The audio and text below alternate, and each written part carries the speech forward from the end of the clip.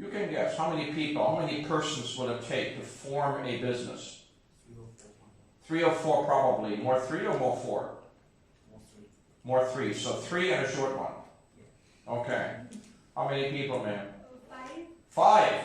5 big ones. So you want more than him. How many? Just one. Just one. Okay, we're certainly scratching the bottom of the barrel here. So you are correct. In New Zealand, if you want to incorporate a business, you can do that from your laptops right now. You will need a credit card.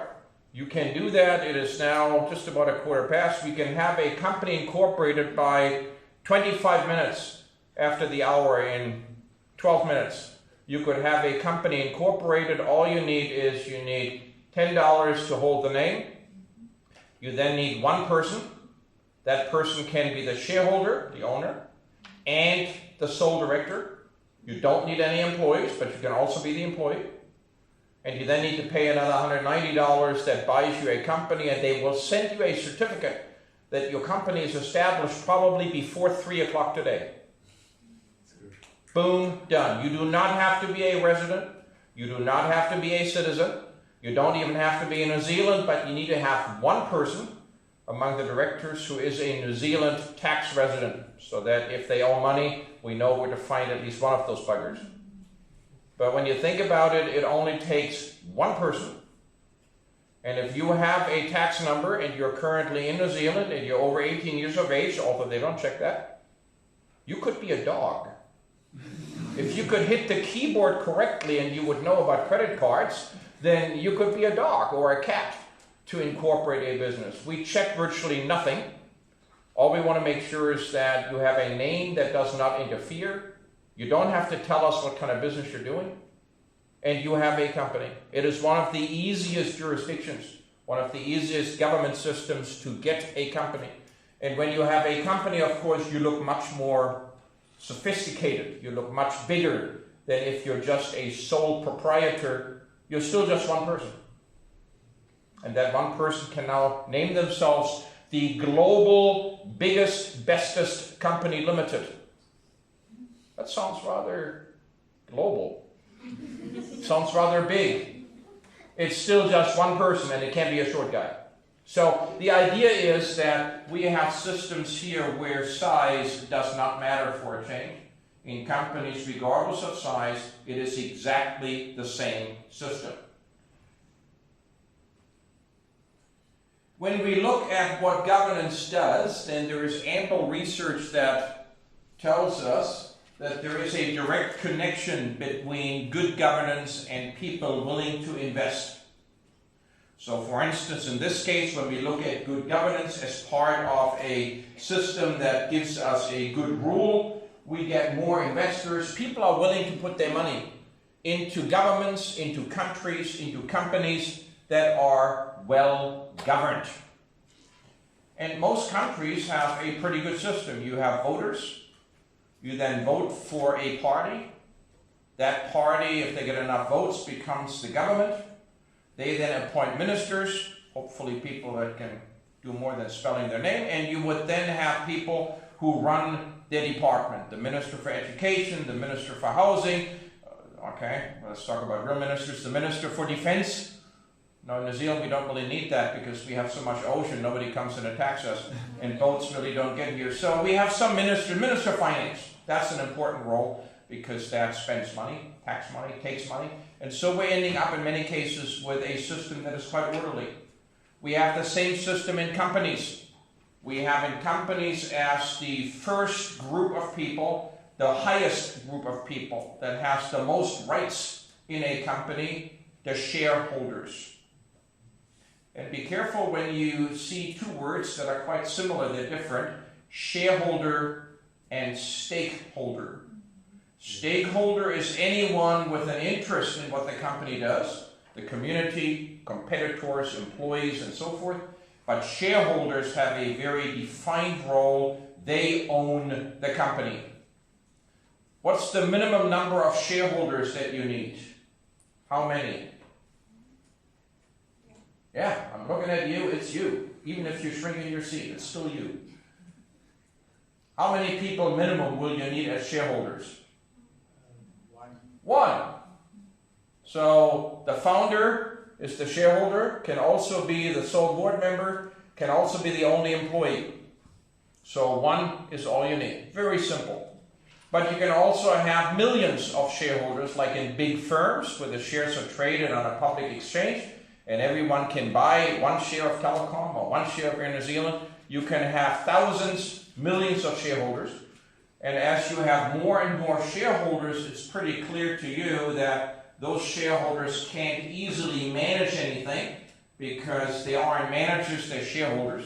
They spend $2.50 to buy a share, and that doesn't make them knowledgeable about the company. So they will now appoint people to represent them to oversee the business. That is the board. So when we have a company board, we have people that come right after the shareholders. Shareholders appoint company directors to a board. For those of you who have heard the term director before, you probably have heard it in the context of a title, Director of Marketing, Director of Sales. That's a different director. The word is the same, very confusing, but it is a different title. A company director is someone who sits on the board, the highest group of people that manage a business. Technically, the shareholders even higher, but they usually don't manage the business. They just pay the money, and they then say, do with the money whatever you promised me to do. Make more money, pay me some money back at the end of the year as dividends so that I get a return, but otherwise I won't interfere because it's not my job. So the board is usually a group of 3, 5, 7 people, maybe 9 or 11, who come together once a month, more often if there's drama, less often if everything runs smoothly, and they oversee, they manage what the CEO does. Why did I say 3, 5, 7, 9, 11? Ma'am? It's odd numbers. You win a prize. You figured that out. So why did I use odd numbers? It is better that you have 3 or 5 or 7 than 4, 6 or 8. Why? Well, no, with the glasses behind you. It cannot be divided by 2. Yes, it can only be divided by itself or possibly a different number. 9 can be divided by 3, right? But never by 2. But aside from the mathematical elegance, is there a reason? Voting. All right, what about voting? If it's even number, it would be equal maybe. If you have an even number and you have an even number of people, 2 sides, because we can now divide even numbers by 2, thank you for helping out. We now have 2 groups that are of the same size, so nothing gets done. Yeah. So if we have 2 groups of 4 in a board of 8, and they don't change their position and it's 4 to 4. Well, let's vote again. It's 4 to 4. Let's vote again. We all want to go home. 4 and 4.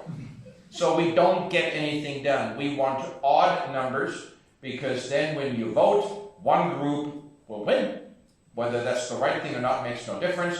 In governance, who has the majority gets to say, and then we can at least move on. And if it was the wrong decision, then maybe the next time they'll vote 9 to 2 and get it the other way, and we move along onto the right path. So we have company directors in a small group, and they come together, and they do not work in the company usually. They come in from the outside to hold the CEO accountable for what she's done. There usually is a plan, a budget, something of a long-term plan and short-term, usually at least a year. And you break that down month by month, and today is whatever, nearly mid-March, so you would come together in this week, and you would look at how have we done in February.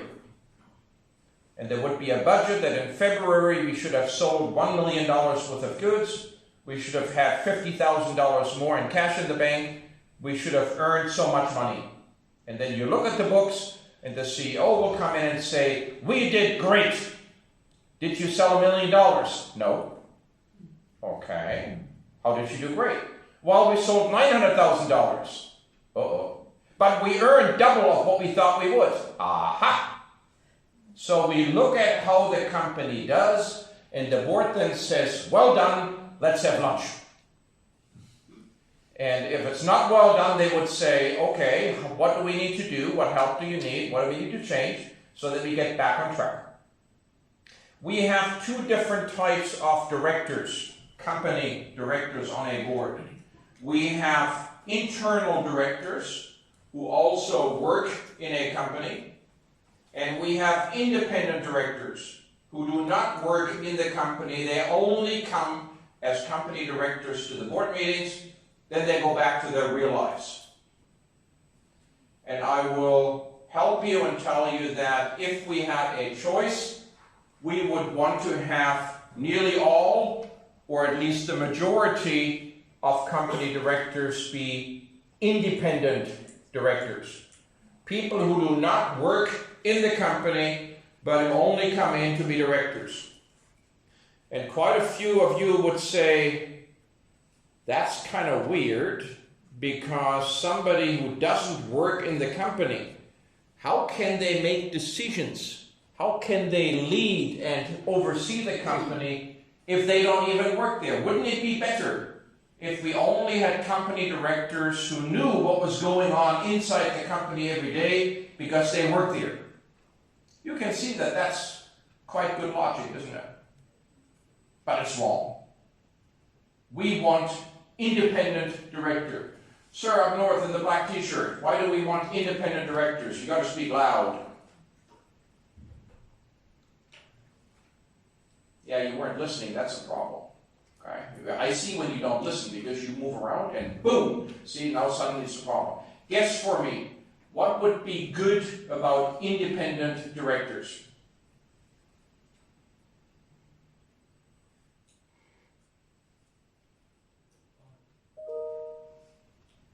We can move to the next one. Ma'am, independent directors, why are they better than internal employed directors? Because they don't work in the company, so I think they be more sensitive to the public opinion. No, it's not the public opinion, but it's a good guess. It is much more the opinion inside the firm that they're concerned about. If you are a director who works in the company, let's assume you are the general manager of the development department. You have 250 employees, you are a big department, and you also sit on the board.